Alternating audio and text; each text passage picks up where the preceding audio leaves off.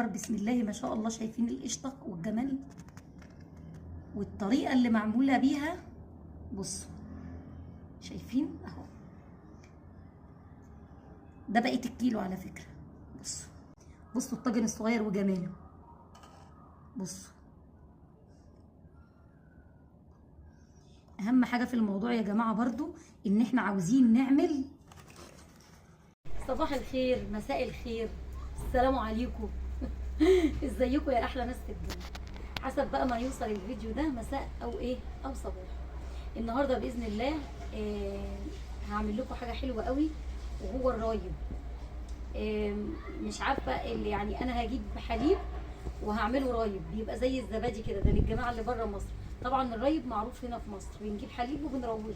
انا عايزه اروبه في يوم واحد، يوم واحد بس اروب الحليب فيه، يعني اسرع حليب وبدون اضافات. على فكره اللي هعمله لكم ده كيلو، والله العظيم والله العظيم كيلو واحد بس. بس انتوا هتشوفوا، ممكن تشوفوا الطواجن كبيره، بس هما الطاجنين كلهم قد كده. يعني الموضوع ما فيهوش، مش محتاجه ان انا اكذب او ازيف في اي حاجه يعني.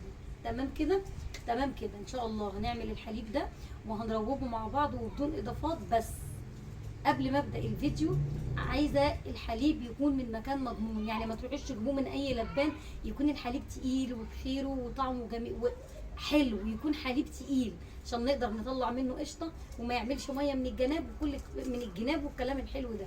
يلا بينا ندخل على الفيديو. بقالهم 10 دقايق بصوا لدرجه ان هم طلعوا دخان. هنطفي عليهم كده، احنا سخناهم اهو. تعالوا بقى هناخدهم على الرخامه. الحليب ده اول حاجه بسم الله الرحمن الرحيم نرفع ايدنا كده. انا حطاها على النار بقى زي دمعه العين. بصوا نرفع ايدنا لفوق كده. ثانيه واحده. بصوا الدخان اللي بيطلع اهو، عشان لما يعمل رغوي كده يعمل لنا وش حلو اهو، يطلع لنا قشطه حلوه. وكمان كده اهو. تعالوا انا مخلياه على الحليب، حطيته على النار. بصوا خليته زي دمعه العين، ما سخنتوش، يا دوبك ده في حاجه بسيطه جدا. طواجن سخنه قوي. هنغطيهم بحاجه تكون عاليه، مش حاجه تلزق فيهم كده. ماشي. يبقى سخنت الطواجن زي ما انتم شفتوها 10 دقائق في الفرن لحد ما طلعت دخان، لدرجه ان وانا بنزل فيهم الحليب شفتوا الدخان اللي طلع. وبعد كده خليت الحليب زي دمعه العين. بصوا مفيش فاتر جدا. ونزلت بيه في الطواجن اهو. اغطيهم بس بحاجه عاليه. استنوا بصوا غطوه اهو بحاجه اعلى منه. ماشي. وهنا برضو لقيت طبق شويه بالشكل ده.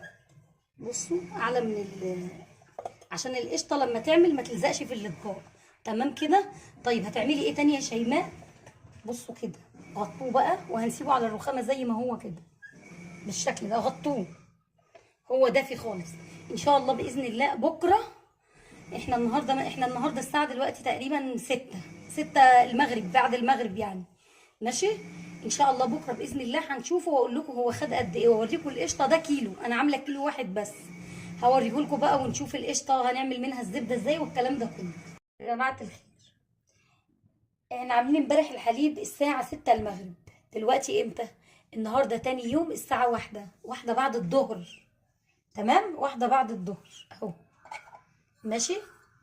بقى بالمنظر اللي انتوا شايفينه ده اهو. شايفين اهو.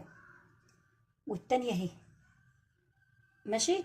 كل اللي هنعمله ايه دلوقتي؟ هناخدهم زي ما هم كده، هندخلهم التلاجة كمان بتاع 10 ساعات. يعني هنكمل اليوم النهارده كده وهم في قلب التلاجة. ممكن على اذان المغرب كده على الساعة 6 كمان نطلعهم من التلاجة، بس عشان الوش يتجمع حلو. لما بيدخلوا التلاجة بيتماسكوا وما بيقعدوا كذا ساعة، وبعدين الوش بيبقى ايه؟ الوش بيبقى حلو ونعرف نجمعه كده من على الحليب. يعني قلت اعمل لكم كميه بسيطه. دي القشطه اللي انا بجمعها من كل رايب بعمله عشان اعملها زبده. ماشي. مش هعمل غير دول من 3 كيلو ونص، واخده منهم شويه. الكميه دي كلها بسم الله ما شاء الله من 3 كيلو ونص. ماشي. واخده منهم شويه كمان، يعني واخده منهم بتاع 3 معالق كبار من دول. كنت بعمل رز بلبن. خلاص. وده اللي انا عملته اهو، ده كيلو اهو. بسم الله الرحمن الرحيم. ماشي. بسم الله الرحمن الرحيم. بصوا يا جماعه الخير، بصوا الجمال.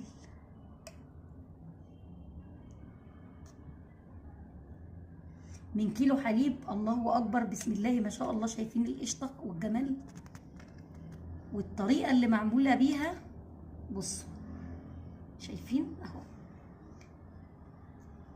ده بقيه الكيلو على فكره.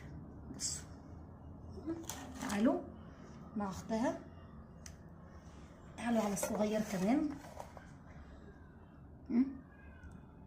بصوا الصغير بالله، بصوا الطاجن الصغير وجماله. بصوا اهم حاجه في الموضوع يا جماعه برضو ان احنا عاوزين نعمل، بصوا من كيلو بسم الله ما شاء الله. اهم حاجه اللبن يكون، الحليب اللي احنا هنشتريه يكون من فلاحين كده يعني. بصوا لا يعني حليب مضمون عشان يبقى حلو وتقيل كده، وتمشوا على الخطوات اللي انا قلت عليها. ولما اسيبكم مع الفيديو عشان تشوفوه، انا ما سخنتش اللبن، اللبن انا دفيته يعني دمعه العين. بصوا بقى الجمال والحلاوه.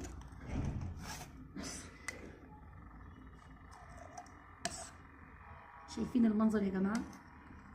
بصوا اللهم صل على النبي، اللهم صل على النبي. مع الصغير كمان بسم الله ما شاء الله. شايفين خارج قطع ازاي؟ ولا عامل ميه حوالين الجناب ولا شرش ولا اي حاجه، بسم الله ما شاء الله. بصوا الفخار بقى طعمه موديه في حته تانيه. الطواجن دي، ولو ما فيش طواجن يبقى افضل حاجه ألمونيا. طالعه انا ما وزنتهاش بصراحه، بس هي شكلها ما شاء الله كتير. تمام، طالعه من 4 كيلو ونص حليب. تمام، هي كانت في الفريزر اهي، يا دوبك طلعتها فكت وهي لسه ساقعه، يعني لسه ساقعه. تمام، هبدا ان انا ايه، بصوا بايدي كده اشتغل فيها، لان اللي هيخرج من الزبده ده هنعمل بيه حاجه حلوه قوي قوي قوي هتعجبكم. بسم الله الرحمن الرحيم. ايدينا اهي شغاله مضرب ماشي، وزي ما قلت لكم حاجات كتيره قوي وانا بضرب القشطه كده اعملها زبده. عايزه اقولها لكم، انا في القاهره زي ما قلت لكم ان جنبي يعني في المنطقه اللي انا ساكنه فيها عندي واحده من الفلاحين بتجيب حليب بسم الله ما شاء الله، انتوا شفتوه. وبالنسبه لاخواتي والناس الجميله اللي داخله تكدبني وتقول لي يا شيماء انت ما كنتيش عامله كيلو، لا انا هوريكم الطواجن واوريها لكم قد ايه. والله عامله كيلو يا جماعه، انا عامله كيلو حليب، انا ما بكدبش. بصوا بسم الله ما شاء الله، عشان القشطه حلوه بدات تربط بسرعه ازاي. اول ما تربط كده وتلاقوا تقلت تحت ايدي. بصوا اول ما بتتقل تحت ايدي هتلاقوها ايه بقى، سردت او نزلت اللبن اللي فيها. بصوا بدات تجمع زبده، وشكلها كده من كتر ما الحليب بتاعنا زي القشطه، هو قشطه فعلا. شكلها كده مش هتنزل لبن، يعني مش هتسرد لبن كتير، او هتنزل ايه الحليب اللي بينزل منها ده اهو. بصوا بدات تجمع زبده. اللبن عندي هنا طبعا عشان احنا مش في البلد بتفرق، المنطقه اللي انا فيها هو غالي، ما اختلفناش، هو الكيلو غالي، بس بتاخدي حاجه مضمونه بنسبه 100%، وكمان حاجه نظيفه يعني. بصوا يا جماعه، بصوا جمعت ازاي. شايفين هي اهم، دول خرجوا من حته القشطه، شويه الحليب دول اهو.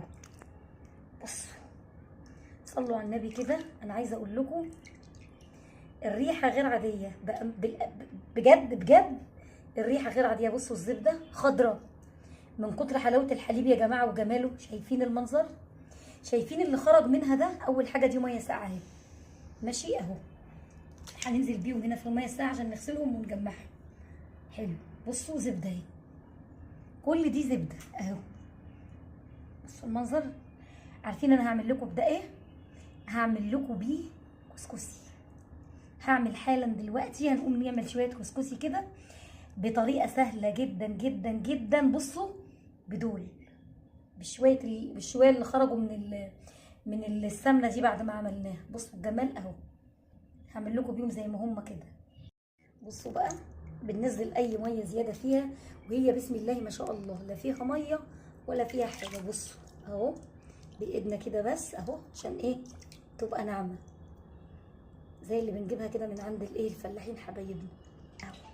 ايه رايكم بقى؟ ايه رايكم في الزبده التحفه العسل دي اهو؟ بصوا الجمال. يبقى عملنا الجبنه القريش وعملنا الزبده والحاجه اللي خرج والشرش اللي طلع